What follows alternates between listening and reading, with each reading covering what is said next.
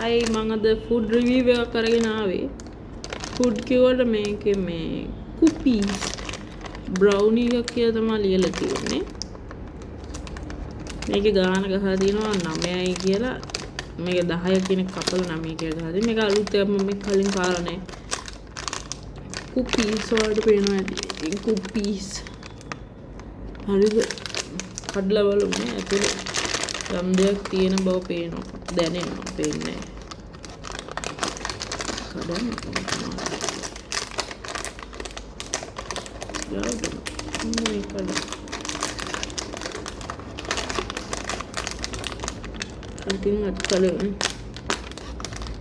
ඒ බ්‍රවුනි එකක් කියලා මේක ගහලා තියෙන්නේ.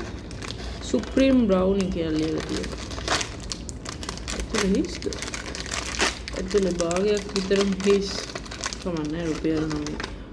ඕ ඒක සෑහෙන හොඳ පාටයි. මම හිතුවට වඩා ඒක ලස්සනට පිළිවෙලට තියෙනවා.